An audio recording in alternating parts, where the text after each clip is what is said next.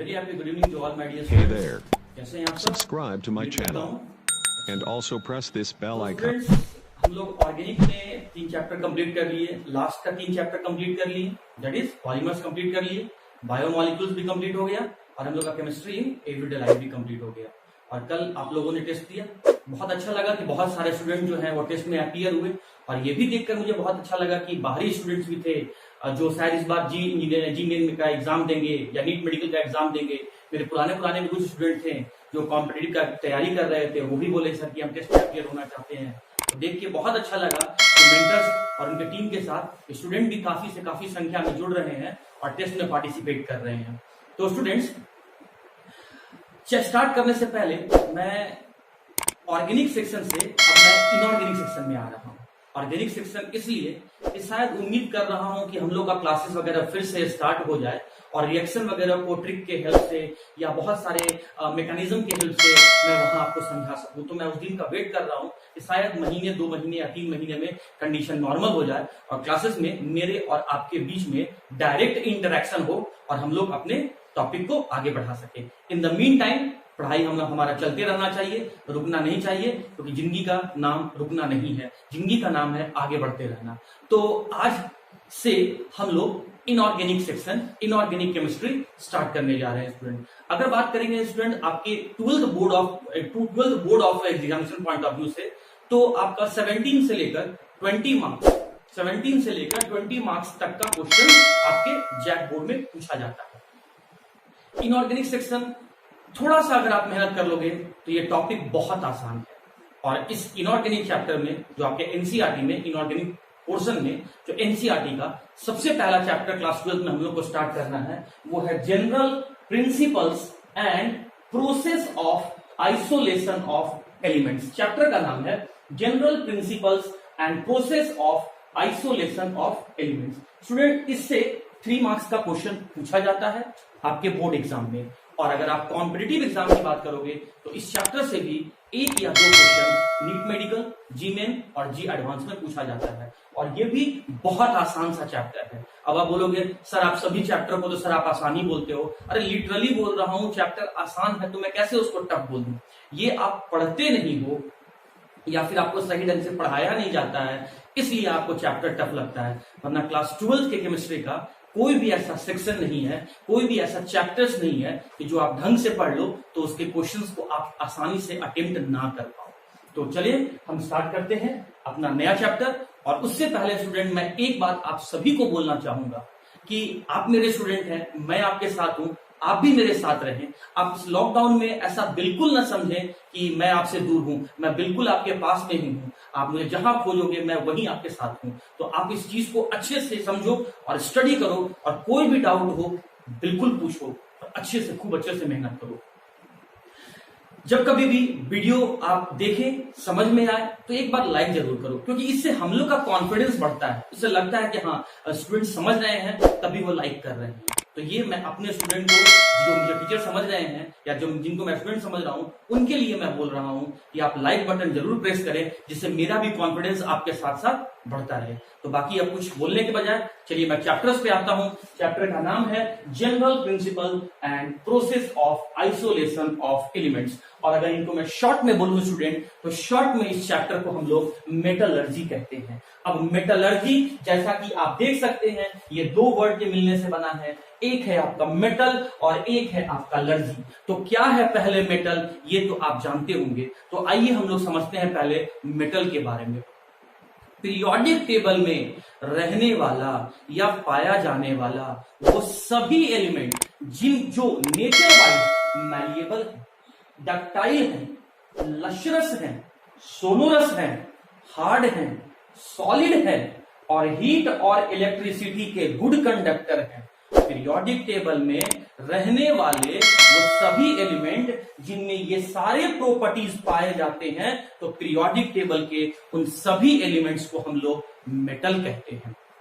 अब junior classes में आप इस सारे टॉपिक्स का मतलब समझे होंगे। मैं एक बार आपको रिवीजन बेसिस पर इनको बता देता हूं, क्विक समरी के बेसिस पर मैं आपको समझा देता हूं। मैलिएबल, जिसको पीट पीट के पतले चादर के फॉर्म में बदला जा सके, कन्वर्ट किया जा सके, उसे मैलिएबल कहते हैं। जिसे खींचकर लंबा तार के फॉर्म में कन्वर्ट किया जा सके, उसे डक्टाइल कहते हैं। जो चमकीला हो या जिसमें चमक हो, जो शाइनिंग नेचर का हो, उसे हम लशरस कहते हैं। जिसको हिट करने के बाद साउंड प्रोड्यूस करे, उसे हम सोनोरस कहते हैं। जिसके पार्टिकल्स के बीच में, एटम एटम के बीच में या मॉलिक्यूल मॉलिक्यूल के बीच में डिस्टेंस बहुत कम है या इंटरमॉलिक्यूलर फोर्स ऑफ अट्रैक्शन बहुत ज्यादा है, तो वो सॉलिड कहलाते हैं। उसके बाद जो हीट और इलेक्ट्रिसिटी के कंडक्टर हैं, गुड कंडक्टर हैं, सुचालक हैं, मतलब उससे इलेक्ट्रिसिटी और हीट को प्रोड्यूस किया जा सकता है, तो उसे हम कहेंगे good conductor of heat and electricity. और पीरियोडिक टेबल में रहने वाला वो सभी एलिमेंट जो मैलिएबल है, डक्टाइल है, लस्ट्रस है, सोनोरस है, हार्ड है, सॉलिड है, हीट और इलेक्ट्रिसिटी के गुड कंडक्टर हैं, तो पीरियोडिक टेबल के उन सभी एलिमेंट्स को हम लोग एक साथ मेटल्स कहते हैं। आज जो हम लोग पीरियोडिक टेबल पढ़ रहे हैं स्टूडेंट, उस पीरियोडिक टेबल का नाम है long form of periodic table. और long form of periodic table में टोटल 118 एलिमेंट्स हैं। 118 एलिमेंट है, 118 एलिमेंट है। आप चाहे तो अपने कॉपी के टॉप पर या रफ पर आप साइड में लिख सकते हैं इस बात को। आज के पीरियोडिक टेबल में, long form of periodic table में टोटल 118 एलिमेंट्स हैं और उस 118 एलिमेंट्स में से 95 मेटल्स हैं। 95 एलिमेंट जो हैं वो मेटल्स हैं जिनके अंदर ये सारे प्रॉपर्टीज पाए जाते हैं। 16 ऐसे एलिमेंट हैं जो नॉन मेटल हैं, मतलब इसका अपोजिट नेचर उनमें पाए जाते हैं। और टोटल 7 ऐसे एलिमेंट हैं जो मेटल के नेचर भी शो करते हैं और नॉन मेटल का नेचर भी शो करता है, मतलब वो आपका मेटल वाइड है। तो टोटल 118 एलिमेंट में से 95 metal, 16 are non metal and 7 are metal वाइड्स। और मैं फिर से बोल देता हूं, पीरियोडिक टेबल में रहने वाला वो सभी एलिमेंट जिनमें ये सारे प्रॉपर्टीज पाए जाते हैं, उसे हम मेटल कहते हैं। और अब मैं आता हूं स्टूडेंट इस टॉपिक पे कि मेटलर्जी किसे कहते। ओके स्टूडेंट्स, तो हम लोग इस चैप्टर में सबसे पहले पढ़ेंगे कि मेटलर्जी क्या होता है, फिर समझेंगे मिनरल्स क्या होता है, फिर समझेंगे ओर्स क्या होता है, फिर समझेंगे गैंग क्या होता है, प्रोनाउंसिएशन सही रखना, गैंग क्या होता है, फिर फ्लक्स क्या होता है और स्लैग क्या होता है। तो मैं यहां से स्टार्ट करने जा रहा हूं मेटलर्जी। तो जैसा कि आप देख सकते हैं स्टूडेंट कि मेटलर्जी दो वर्ड के मिलने से बना हुआ है, एक है मेटल और दूसरा है लर्जी। और लर्जी का मतलब होता है एक्सट्रैक्शन, एक्सट्रैक्ट करने का मतलब होता है प्राप्त करना, ग्रहण करना या फिर ऑब्टेन करना। बहुत छोटे से क्लास में आप ज्योग्राफी सब्जेक्ट में स्टूडेंट पढ़े होंगे कि अर्थ को 3 लेयर में बांटा जाता है। आउटर लेयर को हम लोग क्रस्ट कहते हैं, मिडिल लेयर को हम लोग मेंटल कहते हैं और आपका जो इनर मोस्ट लेयर है उसे हम कोर कहते हैं। तो हमको इनर लेयर से कोई मतलब नहीं है, हमको मिडिल लेयर से कोई मतलब नहीं है, हमको अर्थ के आउटर लेयर से मतलब है, मतलब हमको क्रस्ट से मतलब है। तो समझो बात को मैं क्या कहना चाह रहा हूं। माइनिंग करके, खुदाई करके, कहां पर? अर्थ क्रस्ट में से, अर्थ क्रस्ट में से खुदाई करके मेटल को ऑब्टेन करने का, प्राप्त करने का प्रोसेस का नाम होता है मेटलर्जी। मेटलर्जी देखो यही लिखा हुआ है, नोट्स तो मैं आपके व्हाट्सएप में भेज चुका हूं। शॉर्ट में देखो मैंने यहां पर क्या लिखा है, एक्सट्रैक्शन ऑफ मेटल। कहां से भाई? From earth crust. और अब मैं यहां पर एक और वर्ड जोड़ने जा रहा हूं, extraction of metal by mining, मतलब खुदाई करके। खुदाई करके, अब खुदाई करने के लिए आप कोई भी हेवी मशीनरी यूज कर सकते हो, लेकिन खुदाई कहां करना है? अर्थ क्रस्ट में करना है। क्यों करना है? मेटल को ऑब्टेन करने के लिए, प्राप्त करने के लिए। तो अर्थ क्रस्ट में से, अर्थ क्रस्ट में से खुदाई करके, माइनिंग करके मेटल को ऑब्टेन या प्राप्त करने का प्रोसेस का नाम होता है मेटलर्जी। अब आते हैं स्टूडेंट मिनरल्स। एकदम सिंपल डेफिनेशन याद करके रखो ताकि आने वाले चैप्टर्स में या इस चैप्टर में भी तुम्हें कहीं कोई कंफ्यूजन नहीं रहे। मिनरल्स ये भी अपने 9-10 क्लास में आप लोग पढ़ चुके हैं। मैं बहुत सिंप्लीफाई करके इजी वे में आपको बताता हूं कि मेटल के कंपाउंड जो अर्थ क्रस्ट में पाए जाते हैं, स्टूडेंट मैं क्या बोल रहा हूं, गौर करो इस बात पर। मेटल के कंपाउंड, नॉन मेटल के नहीं, मेटल के कंपाउंड जो अर्थ क्रस्ट में पाए जाते हैं। अर्थ क्रस्ट समझ गया ना, outer layer of the earth. तो मेटल के कंपाउंड जो अर्थ क्रस्ट में पाए जाते हैं उसे हम मिनरल्स कहते हैं। देखो मैंने क्या लिखा है, एक सिंगल वर्ड से ही इसका डेफिनेशन क्लियर हो जाता है। Compound of metal present in the earth crust, metal के कंपाउंड जो अर्थ क्रस्ट में पाए जाते हैं उसे ही हम मिनरल्स कहते हैं। अगर आप मेरी बातों को समझे हैं तो यहां पर दिए गए एग्जाम्पल में से आप खुद सेलेक्ट कर सकते हैं, चूज कर सकते हैं कि कौन से मेटल के कंपाउंड हैं और कौन से मेटल के कंपाउंड नहीं है। मेटल नॉन मेटल तो पहचान में आपको आता ही होगा, तो अगर मेटल के कंपाउंड दिख गए तो आप मिनरल्स कहना, और अगर मेटल के कंपाउंड आपको नहीं दिखे तो आप उसे मिनरल्स नहीं कहना। तो चलो सबसे देखो नाम क्या है वो बात का चीज है, पहले आप यहां पर देखो, इसको मिनरल पहचानने का कोशिश करो। Fe2O3, क्या इसमें कोई आपको मेटल दिख रहा है? हाँ जी बिल्कुल दिख रहा है। कौन सा? आयरन। तो हम लोग कह सकते हैं कि ये मिनरल्स है। आ जाइए यहां पर सिलिका SiO2, आप जरा देख के बताओ स्टूडेंट, क्या यहां पर कोई मेटल आपको दिख रहा है? सिलिकॉन भी तो आपका नॉन मेटल है, ऑक्सीजन भी आपका नॉन मेटल है, तो इस कंपाउंड में कोई भी मेटल नहीं है, तो ये आपका मिनरल्स नहीं है। कैल्शियम कार्बोनेट, लाइमस्टोन भी कहते हैं इसको, तो आप ये बताओ क्या इसमें कोई मेटल है? डेफिनेटली, वेरी गुड, कैल्शियम तो आपका मेटल है और मेटल के कंपाउंड को हम लोग मिनरल्स कह सकते हैं। Hence we can say it is also example of the minerals.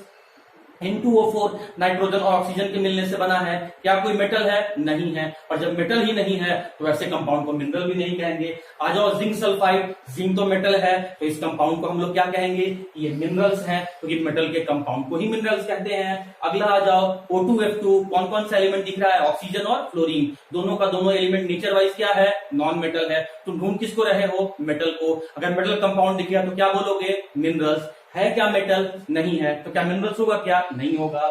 यहां आ जाओ alumina, Al2O3, alumina, bauxite, alumina, क्या इसमें कोई मेटल है? एल्यूमिनियम है, और मेटल का कंपाउंड अगर मेटल है उस कंपाउंड में तो क्या बोलोगे? मिनरल्स है।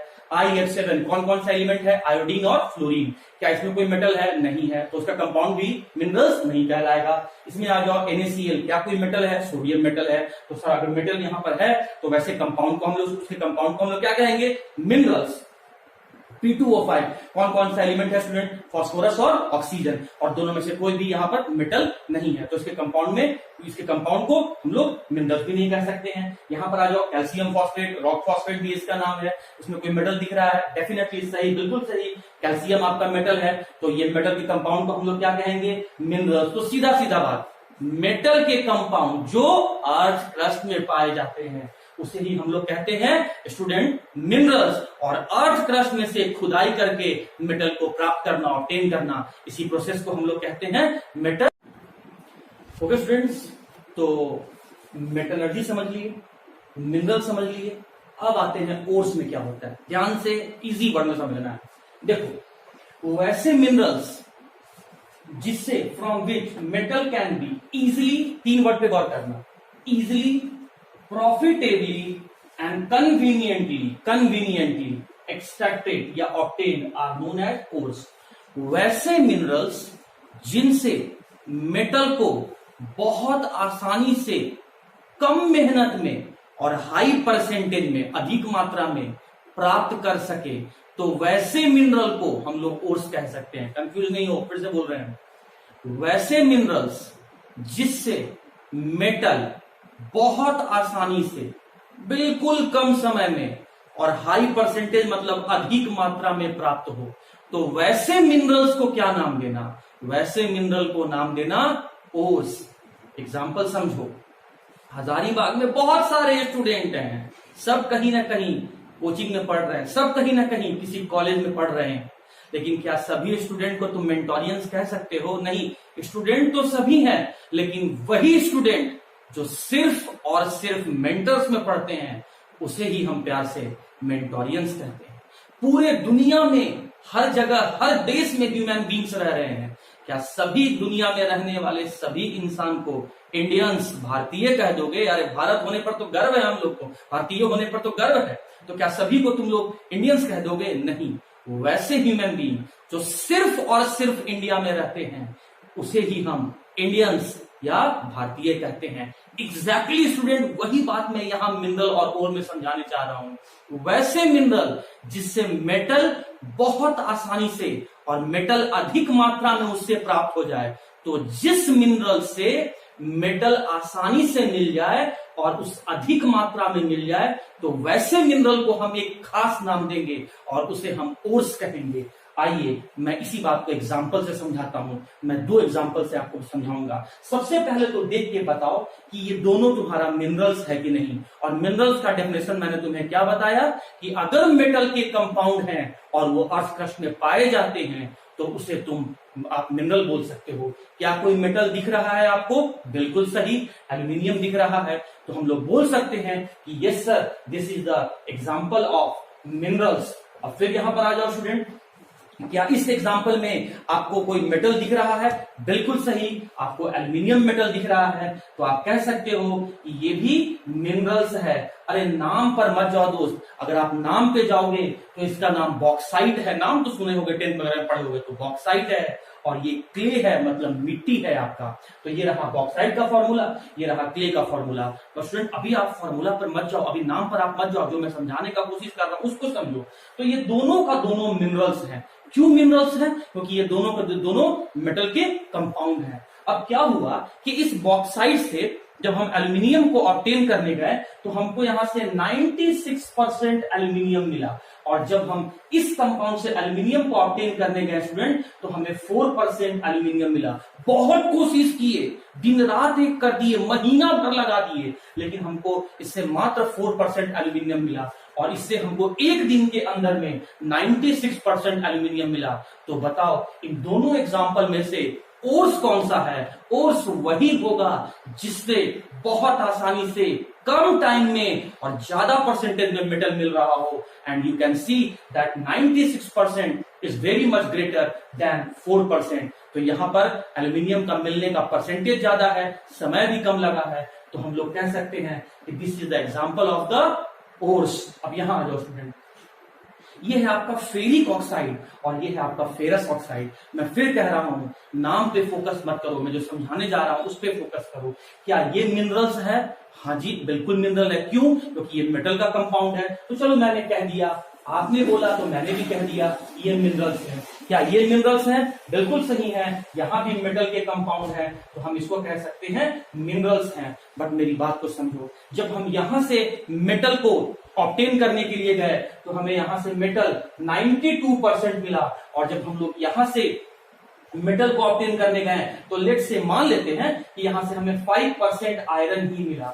तो आप देख सकते हो कि यहां पर एक ही दिन में या कम ही समय में हमें आयरन मिला। और कितना मिला? 92% मिला। लेकिन हमने यहां महीनों सालों लगा दिया तो यहां से आयरन तो मिला, लेकिन कितना मिला? 5% मिला। तो आप देख सकते हो कि यहां पर आयरन जो मिल रहा है वो ज्यादा परसेंटेज में मिल रहा है और इस 92% को पाने में समय भी कम लग रहा है। लेकिन इसके जस्ट अपोजिट में आप यहाँ पर देखिए कि जो आयरन को आप यहाँ से ऑब्टेन कर रहे हैं वो मिल भी तो रहा है तो सिर्फ 5%, और इसको ऑब्टेन इस 5% को भी पाने में हमें महीना भर का समय लगाना पड़ रहा है। तो क्या हम इसे ओर्स कह सकते हैं? नहीं कह सकते हैं। क्या हम इसे ओर्स कह सकते हैं? बिल्कुल कह सकते हैं। क्यों? क्योंकि ये ऐसे मेटल के कंपाउंड है, ये ऐसे मिनरल्स हैं जिससे मेटल हमें ज्यादा परसेंटेज में मिल रहा है और बहुत आसानी से मिल रहा है और कम समय में मिल रहा है। तो मेटल के वैसे कंपाउंड या फिर वैसे मिनरल जिससे हम मेटल को बहुत आसानी से बहुत कम समय में और बहुत अधिक मात्रा में प्राप्त कर लें, तो वैसे मिनरल को हम लोग ओर्स कह सकते हैं। दोनों का दोनों मिनरल्स है, लेकिन यहाँ ये मिनरल के साथ साथ ओर्स भी है। क्या ये ओर्स है? नहीं, ये ओर्स नहीं है। क्या ये मिनरल्स है? क्या ये मिनरल्स है? दोनों का दोनों मिनरल्स है, लेकिन ये मिनरल के साथ साथ और भी हैं और ये मिनरल के साथ साथ और नहीं है। तो हम लोग कह सकते हैं कि अगर और होंगे तो मिनरल्स भी होंगे, अगर और होंगे तो मिनरल्स भी होंगे। लेकिन कोई जरूरी नहीं कि मिनरल्स हैं तो और होंगे, कोई जरूरी नहीं कि मिनरल्स हैं और होंगे। ये आपके एग्जाम का क्वेश्चन है कि मिनरल्स और में डिफरेंस बताओ। तो देखो स्टूडेंट, अगर ओर्स है तो मिनरल जरूर होगा, अगर ओर्स है तो मिनरल जरूर होगा, लेकिन अगर मिनरल्स है तो और नहीं होगा। कोई जरूरी नहीं कि मिनरल्स है तो और होगा। तो हम लोग क्या बोल सकते हैं? All ores are minerals, all ores are minerals, but all minerals are not ores. तो मैंने आपको 3 पॉइंट यहां बताया कि अर्थ क्रस्ट में से खुदाई करके मेटल को प्राप्त कर लेना, मेटलर्जी।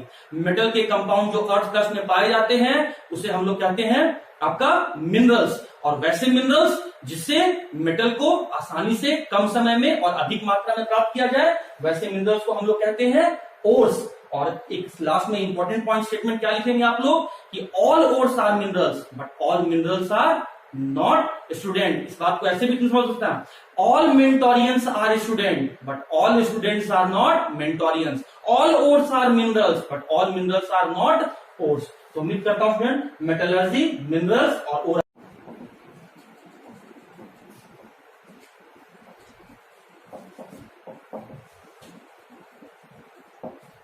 ओके स्टूडेंट्स, तो मेटलर्जी समझ लिए, मिनरल समझ लिए, और समझ लिए। अब बताओ चैप्टर टफ है? बहुत आसान है। मैंने पहले ही कहा था आपको चैप्टर बहुत आसान है, और क्लास 12 का सारा चैप्टर बहुत इजी है।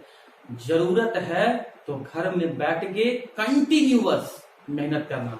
और बहुत अच्छा लगा, कल 2-3 स्टूडेंट जो टेस्ट दिए उनमें से एक का 85% नंबर है, और मैं आपके व्हाट्सएप में आज भेज रहा हूं, उनका रिजल्ट भेज रहा हूं, और मुझे बहुत खुशी मिलती है। इनफैक्ट मुझे उससे एनर्जी मिलती है, कॉन्फिडेंस मिलता है जब देखता हूं कि स्टूडेंट। और मैं याद रखो कि मैं जब भी आपको क्वेश्चन देता हूं तो वो क्वेश्चन जीमेन लेवल का होता है, लल्लू पंजू क्वेश्चन नहीं होता है कि आपको खुश करने के लिए मैंने आपको इजी वे में क्वेश्चन क ख दे दिया, ABCD दे दिया। वैसा क्वेश्चन मैं कभी देता ही नहीं हूं। और उस क्वेश्चन में अगर वो 85% नंबर को सिक्योर कर रहे हैं, ऑब्टेन कर रहे हैं, डेफिनेटली आने वाला समय आपके लिए गोल्डन टाइम प्रूव करेगा। आइए स्टूडेंट, अब हम एक नया वर्ड समझने जा रहे हैं जिसको कहते हैं हम लोग गैंग या मैट्रिक्स। कई लोग इसको गंगू पढ़ देते हैं, वो गधे हैं वो लोग जो गंगू पढ़ देते हैं। इसको गंगू नहीं कहते हैं यार, इसको गैंग पढ़ते हैं, गैंग। और गैंग का ही दूसरा नाम है मैट्रिक्स।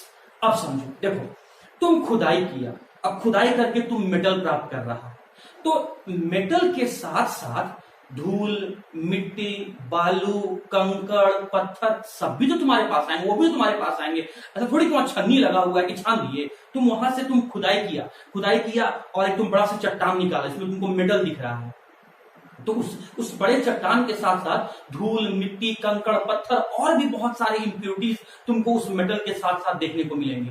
तो ओर्स के साथ जितने भी इंप्योरिटीज मौजूद हैं उसे ही हम क्या कहते हैं, गैंग या फिर मैट्रिक्स। देखो यही लिखा है, अनडिजायरेबल सब्सटेंस, अनडिजायरेबल सब्सटेंस, इसको सब्सटेंस कह लो आप। अनडिजायरेबल सब्सटेंस, वैसा सब्सटेंस जो हमें नहीं चाहिए, जिसकी हमें जरूरत नहीं है, या इसी को हम लोग कह सकते हैं शॉर्ट में क्या बोलेंगे, इंप्योरिटीज।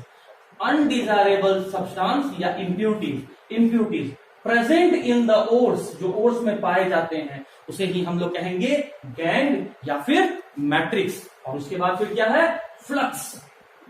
फ्लक्स क्या है, ध्यान से सुनो, मैंने सब कुछ आपको लिख के दे दिया है, डेफिनेशन मुझे यहाँ लिखने की जरूरत नहीं है, इसलिए मैं पहले आपको नोट्स बोलता हूँ कि नोट्स पहले लिख लो, उसके बाद जो इंपॉर्टेंट पॉइंट यहां से लगे वो आप नोट डाउन कर लो। Notes 12th point of view से है, और यहां पर आपको मैं कॉम्पिटिटिव पॉइंट ऑफ व्यू और 12th पॉइंट ऑफ व्यू दोनों लेके चल रहा हूं। तो भाई अब गैंग पार्टिकल को हटाने के लिए, किसमें से, ओर्स में से, ओर्स में से आप गैंग पार्टिकल को हटाना चाहते हो, ओर्स में से आप गैंग पार्टिकल को हटाना चाहते हो, तो कैसे हटाओगे, फूंक के हटा दोगे, ब्रश करके हटा दोगे? नहीं, कोई जरूरी नहीं कि ब्रश करने से सारा का सारा इंप्योरिटीज हट जाएगा, फूंक देने से, एयर ब्लो कर देने से सारा का सारा इंप्योरिटीज हट जाएगा। आपको कई बार रिएक्शन करवा के भी हटाना पड़ेगा। तो वैसे सब्सटेंस जिसको यूज किया जाता है, किस लिए, to remove the gangue, gangue को हटाना है। किसमें से हटाना है, ओर्स में से हटाना है। तो ओर्स में से गैंग को हटाने के लिए जो सब्सटेंस आप यूज करेंगे उसे ही हम फ्लक्स कहते हैं। और फिर आता है स्टूडेंट लास्ट में स्लैग। और स्लैग क्या होता है, जब गैंग और फ्लक्स आपस में मिलता है तो जो सब्सटेंस बन के आता है उसे ही हम लोग कहते हैं स्लैग। और 12th में ये क्वेश्चन और कॉम्पिटिटिव एग्जाम में भी ये क्वेश्चन कई बार पूछा हुआ है, व्हाट इज स्लैग, और तरह तरह का आपको ऑप्शन दिया हुआ रहेगा। तो याद रखना, gangue plus flux is known as slag. उस गैंग को हटाने के लिए जब हम उसमें फ्लक्स डालेंगे, जब हम कोई सब्सटेंस डालेंगे, तो उस फ्लक्स और गैंग के मिलने से जो मेरा कंपाउंड बन के आएगा उसे ही हम कहेंगे स्लैग। जैसे फॉर एग्जांपल आप स्टूडेंट मान लो कि ये मैंने लिया कैल्शियम ऑक्साइड, अब इसमें धूल है, मिट्टी है, कंकड़ है, पत्थर है, और साथ ही साथ ये ऑक्सीजन भी है ऑक्साइड के फॉर्म में। ऑक्सीजन भी है, ऑक्सीजन तो हमें नहीं चाहिए, धूल मिट्टी कंकड़ पत्थर भी नहीं चाहिए, हमें तो सिर्फ कैल्शियम चाहिए। तो इसमें से हमको हटाना होगा, इसमें से हमको इम्प्यूरिटीज को हटाना होगा। तो इम्प्यूरिटीज को हटाने के लिए मैंने यहाँ पर SiO2 यूज किया। अब बात आया क्यों आपने इसे यूज किया, तो इसमें ये क्या है, ये है आपका ओर्स है। और इसमें से आप क्या कर रहे हो, इसमें से इम्प्यूरिटीज हटाने के लिए आप क्या कर रहे हो, एक बाहर से सब्सटेंस डाल रहे हो। तो बाहर से सब्सटेंस डाल रहे हो, तो बाहर से डाला गया सब्सटेंस क्या है भैया, फ्लक्स है। और इस ओर्स में जो इम्प्यूरिटीज मौजूद है उसे स्टूडेंट हम लोग क्या बोल रहे हैं, गैंग कह रहे हैं। और इन दोनों के मिलने से क्या होगा, इन दोनों के मिलने से आपका नया सब्सटेंस बन जाएगा। कैसे बन जाएगा, देखो यहाँ पर Ca, फिर क्या होगा, सिलिकॉन का Si लिख दो, और जितना ऑक्सीजन उसे कंबाइन करके लिख दो, CaSiO3, कैल्शियम सिलिकेट इसका नाम है। तो ये गैंग और ये फ्लक्स के मिलने से जो नया सब्सटेंस बन के आया उसे ही हम कहते हैं स्लैग। एक बात इंपॉर्टेंट समझो बात को, ये मेटल के ऑक्साइड हैं, और मेटल के ऑक्साइड नेचर वाइज क्या होते हैं, बेसिक होते हैं। नहीं पता है तो आप इस बात को नोट करके लिख लो, जितने भी मेटल के ऑक्साइड हैं वो नेचर वाइज क्या होंगे, बेसिक होंगे। तो बेस किसके साथ रिएक्ट करेगा, एसिड के साथ। तो जब मेटल के ऑक्साइड बेस होंगे तो नॉन मेटल के ऑक्साइड क्या होंगे, एसिडिक होंगे। तो इसका मतलब अगर ये नॉन मेटल का ऑक्साइड है तो ये एसिडिक होगा, और इसीलिए इसे यूज किया गया है। अगर बेसिक में से इम्प्यूरिटीज को हटाना है तो एसिडिक ऑक्साइड यूज करो, अगर एसिडिक ऑक्साइड में से इम्प्यूरिटीज को हटाना है तो बेसिक ऑक्साइड यूज करो। अरे बेसिक ऑक्साइड का मतलब क्या होता है, मेटल के ऑक्साइड। एसिडिक ऑक्साइड का मतलब क्या होता है, नॉन मेटल का ऑक्साइड। तो हमने जो लिया वो क्या लिया, गैंग। हमको क्या मिल रहा था, मेटल के ऑक्साइड में मिल रहा था। तो नेचर वाइज क्या था, बेसिक था, इसीलिए उसे हटाने के लिए हमने क्या किया, नॉन मेटल का ऑक्साइड लिया। तो जो हटाने के लिए हमने लिया वो फ्लक्स हो गया, और जो गैंग और फ्लक्स के मिलने से जो सब्सटेंस बना उसे हम क्या कहते हैं, स्लैग कहते हैं। फाइनली बाद में इसे हम डिसोसिएट कर लेंगे अदर प्रोसेस से, जो हम लोग आगे देखेंगे, और यहां से हमें कैल्शियम मिल जाएगा। तो मैं फाइनली आपको ये सारा पॉइंट एक बार रिवाइज करवा देता हूं। 1 2 3 4 5 6 पॉइंट एकदम टिप पे होना चाहिए। क्या करना चाह रहे हो सर, मेटल प्राप्त करना चाह रहे हैं, कहां से, अर्थ क्रस्ट से। कैसे करोगे, खुदाई करके। तो प्रोसेस क्या कहलाएगा, मेटलर्जी। चलो अब मेटल के कंपाउंड जो तुमको अर्थ क्रस्ट में तुम खोदना शुरू किया, धूल मिट्टी कंकड़ पत्थर और मेटल कंपाउंड मिला। तो जो मेटल का कंपाउंड जो तुमको अर्थ क्रस्ट मिला उसे तुमने क्या कहा, मिनरल कहा। तुमने और खुदाई किया तो क्या देख रहे हो कि तुमको दो तरह का तुमको मिनरल्स मिल रहा है। एक ऐसा मिनरल मिल रहा है जिससे तुमको मेटल ज्यादा परसेंटेज में मिल रहा है, और एक ऐसा मिनरल मिल रहा है जिसमें तुमको मेटल कम परसेंटेज में मिल रहा है। तो ज्यादा परसेंटेज वाले को क्या नाम दे दिया, ओर्स दे दिया। और उस ओर्स के अंदर जो इम्प्यूरिटीज तुमको मिला, बालू कंकड़ पत्थर गिट्टी जो भी तुमको मिला, उसे तुमने क्या कह दिया, गैंग कह दिया। इम्प्यूरिटीज को हटाने के लिए जो तुमने सब्सटेंस डाला उसे क्या कह दिया, फ्लक्स कहा। फ्लक्स में तुमको क्या बात याद रखना है कि अगर इम्प्यूरिटीज एसिडिक नेचर का है तो बेसिक फ्लक्स यूज करना, अगर इम्प्यूरिटीज आपका बेसिक नेचर का है तो एसिडिक फ्लक्स यूज करना। एसिडिक और नॉन एसिडिक और बेसिक आप पहचान लोगे, मेटल का ऑक्साइड रहेगा तो बेसिक, और नॉन मेटल का ऑक्साइड रहेगा तो एसिडिक। और गैंग ऑफ फ्लक्स के मिलने से क्या बनता है, स्लैग। और एक पॉइंट और मैंने क्या बताया था कि सभी और मिनरल हैं लेकिन सभी मिनरल और नहीं है। कैसे याद रखोगे, सभी मेंटोरियंस स्टूडेंट हैं लेकिन सभी स्टूडेंट मेंटोरियंस नहीं है। बस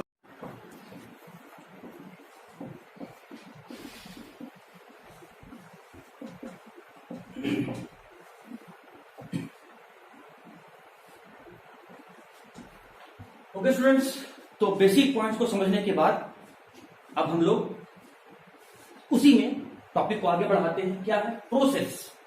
क्या करना क्या चाह रहे हो, involve in the extraction of metal. हमारा गोल क्या है इस चैप्टर में, हमारा मकसद क्या है, क्या करना चाह रहे हैं हम लोग मेटल को ऑब्टेन करना चाह रहे हैं। कहां से, अर्थ क्रस्ट में से। तो क्या क्या स्टेप करना पड़ेगा, क्या क्या प्रक्रिया करना पड़ेगा, क्या क्या प्रोसेस करना पड़ेगा अर्थ क्रस्ट में से मेटल को प्योर तक करके मार्केट में पहुंचाने के लिए, ताकि हम उस मेटल को अपने डिफरेंट काम के लिए यूज कर सकें। ग्रिल बना लें, या फिर डोर बना लें, या फिर अब अपने कुछ मेटल को हम लोग अपने ज्वेलरी पर्पस के लिए यूज कर लें। तो डिफरेंट टाइप होता है, यूज होता है मेटल का। तो हम लोग को मेटल को एक्सट्रैक्ट करने के लिए अर्थ क्रस्ट से मार्केट तक पहुंचाने के लिए हमें किस किस स्टेप से गुजरना पड़ेगा, आइए देखते हैं।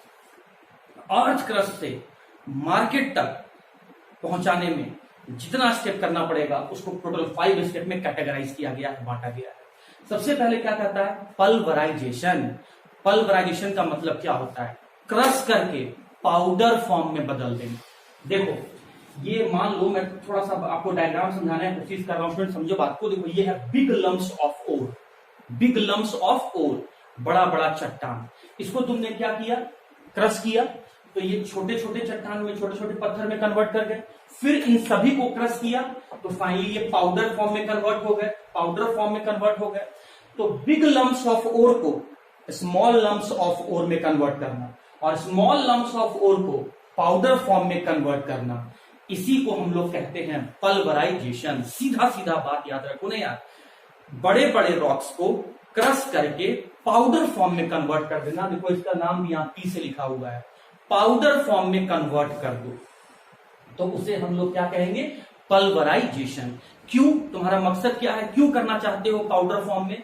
ताकि ओर्स और गैंग को हम लोग आसानी से सेपरेट कर सके। जैसे मान लो यार, इसी में अगर आपका मेटल ऐसे ऐसे फंसा हुआ है तो कैसे चुन चुन के निकालोगे? पॉसिबल ही नहीं है निकालना। बड़ा बड़ा पत्थर में अगर बीच बीच में मेटल कहीं कहीं धंसा हुआ है तो कैसे निकालोगे? हाथ से खींचे थोड़ी निकल जाएगा, या चिमटा से फोर्सेप्स से खींचे थोड़ी निकल जाएगा। तो यहां से हमको गैंग पार्टिकल को निकाल के बाहर करने में, इम्प्यूरिटीज को निकाल के बाहर करने में बहुत दिक्कत है, बहुत तकलीफें आएंगी, बहुत ज्यादा समय भी लग जाएगा, बहुत ज्यादा लेबर भी लग जाएगा। तो ये पॉसिबल नहीं है, इसीलिए हम लोग इसको क्रश कर देते हैं, दबा के इसको बिल्कुल पाउडर फॉर्म में कन्वर्ट कर देते हैं ताकि इसमें से इम्प्यूरिटीज को आसानी से हटाया जा सके। तो बिग लम्प्स ऑफ ओर को स्मॉल लम्प्स ऑफ ओर और फाइनली पाउडर फॉर्म में कन्वर्ट करना, इसी को हम लोग कहते हैं पल्वराइजेशन, है ना। पाउडर फॉर्म में करना पल्वराइजेशन। उसके बाद क्या करेंगे, इस पाउडर में से, इस पाउडर ओर में से हम लोग गैंग पार्टिकल को निकाल के फेंक देंगे। तो गैंग पार्टिकल निकाल के चला हट गया वहां से, ओर्स में से गैंग पार्टिकल को निकाल देना, इसी को हम लोग कहते हैं कंसंट्रेशन ऑफ ओर, या इसी को हम लोग कहते हैं dressing of ore, dressing of ore, और इसी को हम लोग कहते हैं बेनिफिकेशन, बेनिफिकेशन, बेनिफिकेशन। अरे गैंग पार्टिकल को हटाना है, इसमें से, ओर्स में से हटाना है, उसी को क्या कहा जाता है, कंसंट्रेशन, या उसी को क्या कहा जाता है, dressing of ore. Dressing word तो तुम सुने होगे। जैसे मान लो तुमको कहीं चोट वगैरह लग जाता है, तो चोट वगैरह लग गया, तुमको गिरने से कहीं चोट वगैरह लग गया, तो वहां गिरते हो तो वहां पर तुम्हारे जो जहां छिला गया है वहां ब्लड के साथ साथ धूल मिट्टी भी लगा हुआ होता है। तो डॉक्टर के पास जाते हो या किसी केमिस्ट के पास जाते हो, दवाई दुकान में जाते हो, तो वो क्या करता है, पहले इस घाव का ड्रेसिंग करना होगा। ड्रेसिंग करने का मतलब क्या है, वहां से जितने भी जो माइक्रो ऑर्गेनिज्म वहां जाके अटैक कर रहे हैं या जो भी धूल मिट्टी लगा हुआ है उन सबको साफ करना होगा। तो उसको कहते हैं ड्रेसिंग ऑफ वुंड, घाव का साफ सफाई करना। यहाँ पर तुम क्या कर रहे हो, इस पाउडर्ड ओर में से गैंग को निकाल के बाहर कर रहे हो, पाउडर ओर में से गैंग को निकाल के बाहर कर रहे हो, इसी को कहा जाता है कंसंट्रेशन ऑफ ओर या ड्रेसिंग ऑफ ओर और बेनिफिकेशन।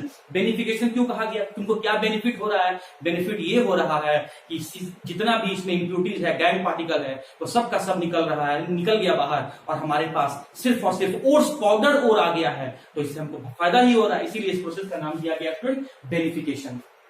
उसके बाद क्या करोगे, जब गैंग पार्टिकल हट जाएगा तो जो भी तुम्हारे पास ओर्स बचा हुआ है सभी ओर को तुम ऑक्साइड फॉर्म में बदल दो, मतलब जो भी रहेगा उसको तुम मेटल ऑक्साइड में बदल दो। जैसे मान लो स्टूडेंट कैल्शियम कार्बोनेट है, तो इस कैल्शियम कार्बोनेट को हम लोग क्या करेंगे, कैल्शियम ऑक्साइड में बदल देंगे। अगर मान लो जिंक सल्फाइड है तो जिंक सल्फाइड को किसमें बदल देंगे, जिंक ऑक्साइड में बदल देंगे, है ना। तो जो भी रहेगा आपका, जैसे मान लो आपका सोडियम क्लोराइड है तो इसको सोडियम ऑक्साइड में हम लोग बदल देंगे। तो जो भी आपका ओर्स मौजूद है, पाउडर ओर मौजूद है, सबको उसके ऑक्साइड फॉर्म में बदल देना। तो यहां से तुमको मेटल ऑक्साइड मिल गया। उसके बाद क्या करोगे, उस मेटल में से ऑक्सीजन को हटा दोगे, तो ऑक्सीजन का लॉस करवा देना, इसी को क्या कहोगे, रिडक्शन। तो अब तुम्हारे पास क्या आ गया, मेटल आ गया।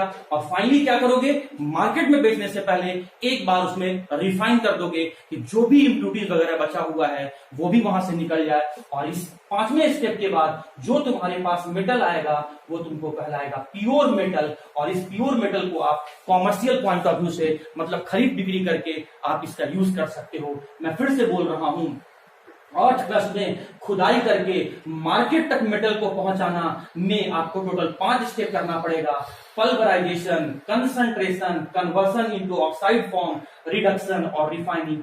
क्रश करके पाउडर फॉर्म में कर देना, पाउडर फॉर्म में कर देना, पल्वराइजेशन। उस पाउडर फॉर्म में से गैंग को, कचरा को निकाल के बाहर कर देना, कंसंट्रेशन। उस पाउडर्ड ओर में से, उस पाउडर्ड ओर को ऑक्साइड फॉर्म में, मेटल ऑक्साइड फॉर्म में बदल देना, इसी को कहते हैं conversion of ore into oxide form. उस मेटल ऑक्साइड में से ऑक्सीजन को हटा देना, जो मेटल बचेगा उसको कहेंगे रिडक्शन ऑफ मेटल। और फाइनली बचे हुए मेटल में लास्ट में एक बार प्यूरिफिकेशन कर देना कि जो भी इम्प्यूरिटीज वगैरह, सॉल्युबल इम्प्यूरिटीज वगैरह बचे हुए भी होंगे वो सारे के सारे इम्प्यूरिटीज हट जाएं, और ये कहलाएगा रिफाइनिंग ऑफ मेटल। और इस 5वें स्टेप के बाद जो तुम्हारे पास मेटल आएगा वो प्योर मेटल होगा, और उस प्योर मेटल को आप कॉमर्शियल पॉइंट ऑफ व्यू से यूज कर सकते हैं, खरीद बिक्री करके अपने डे टू डे लाइफ का सामान या डे टू डे लाइफ में आप उसे यूज कर सकते हो। So this 5 steps are involve in the extraction of metal from the students. तो 5 स्टेप में से पहला स्टेप क्या था? पल्वराइजेशन, मतलब क्या करना? पाउडर फॉर्म में कन्वर्ट कर देना। और पाउडर फॉर्म में क्यों कन्वर्ट किया वो तो मैंने आपको बता दिया, ताकि कंसंट्रेशन आसानी से हो सके, मतलब सेकेंड स्टेप आसानी से हो सके। और कंसंट्रेशन का मतलब क्या होता है? ओर्स में से गैंग पार्टिकल को हटा देना। तो काम तुम्हारे घर में मम्मी भी करती है, डे टू डे लाइफ से जोड़ो ना केमिस्ट्री को, बहुत आसान हो जाएगा। जैसे मम्मी जब चावल बनाती है तो उसमें जो भी कंकड़ पत्थर होते हैं तो सबको मम्मी उठा के बाहर फेंक देती है। तो बेसिकली मम्मी क्या कर रही है? कंसंट्रेशन ऑफ चावल, कंसंट्रेशन ऑफ राइस, यही ना कर रही है। यहाँ भी तुमको वही करना है, बस राइस के जगह, कंकड़ पत्थर की जगह तुम्हारे पास ओर्स और गैंग पार्टिकल है, ओर्स और गैंग पार्टिकल है ना। तो चलो, concentration of ore, first step तो हो गया पल्वराइजेशन। सेकंड स्टेप में हम लोग आ गए हैं। तो सेकंड स्टेप में क्या स्टूडेंट, देखो सेकंड स्टेप में कंसंट्रेशन ऑफ ओर, दूसरा नाम क्या है? ड्रेसिंग ऑफ ओर, तीसरा नाम क्या है? बेनिफिकेशन। तीनों का मैंने मतलब समझा दिया। कंसंट्रेशन का मतलब क्या होता है? फिर से सुन लो, किसको हटाना है? गैंग को हटाना है। किस में से हटाना है? ओर्स में से हटाना है। प्रोसेस को क्या कहोगे? कंसंट्रेशन या फिर ओर्ड्रेशन या फिर बेनिफिकेशन। अब देखो, गैंग पार्टिकल को हटाने के लिए 2 तरीका होता है, फिजिकल और केमिकल। दोनों का क्या मतलब स्टूडेंट सुन लो। अगर देखो मैंने क्या लिखा है, ओर्स में से हटा दो, घटा दो, रिमूव कर दो, किसको? गैंग पार्टिकल को। कैसा ओर्स होना चाहिए? पाउडर्ड ओर होना चाहिए। तो पाउडर्ड ओर में से गैंग को हटा देना, इसी को ना कंसंट्रेशन कह रहे हो। अगर गैंग को हटाने के लिए तुमने मैनुअली, मतलब अपना एनर्जी, हाथ पैर या फिर मशीन का यूज किया, तो उसे कहना फिजिकल सेपरेशन। सेपरेट करो, अलग करो, किसको? गैंग को। किसमें से? पाउडर ओर में से। कैसे? हाथ से या फिर मशीन से। तो क्या कहोगे? Physical separation. लेकिन अगर गैंग को हटाने के लिए किसमें से? पाउडर ओर में से कोई केमिकल सब्सटेंस यूज कर रहे हो जो नेचर वाइज एसिडिक या नेचर वाइज बेस हो, तो इसको कहना केमिकल सेपरेशन। या इसका दूसरा नाम क्या है? लीचिंग। ये आपके एग्जाम का बहुत इंपॉर्टेंट क्वेश्चन है। तो केमिकल सेपरेशन और लीचिंग किस किस मेटल के लिए किया जाता है? या तो सिल्वर, या तो गोल्ड, या तो एल्यूमिनियम मेटल। तो कोई बाहर से रिएजेंट डालकर गैंग पार्टिकल को हटा देना पाउडर ओर में से, इसी को केमिकल सेपरेशन और लीचिंग कहते हैं। मैंने रफ में बता दिया, डिटेल में जब यहां आऊंगा तो बताऊंगा किस मेटल के लिए करते हैं, ये मैंने बता दिया। मशीन के हेल्प से या हाथ पैर की मदद से आप अगर ओर में से गैंग पार्टिकल को हटा रहे हो तो फिजिकल सेपरेशन। ये 3 तरीके से किया जाता है, ग्रेविटी सेपरेशन, मैग्नेटिक सेपरेशन और फ्रोथ फ्लोटेशन। देखो इस सब इसके नाम में लिखा हुआ है, बहुत आसान है, सुन लो। जब मैं अभी एक करके एक्सप्लेन करूंगा, बट अभी मैं रफ में समझा दे रहा हूं आपको।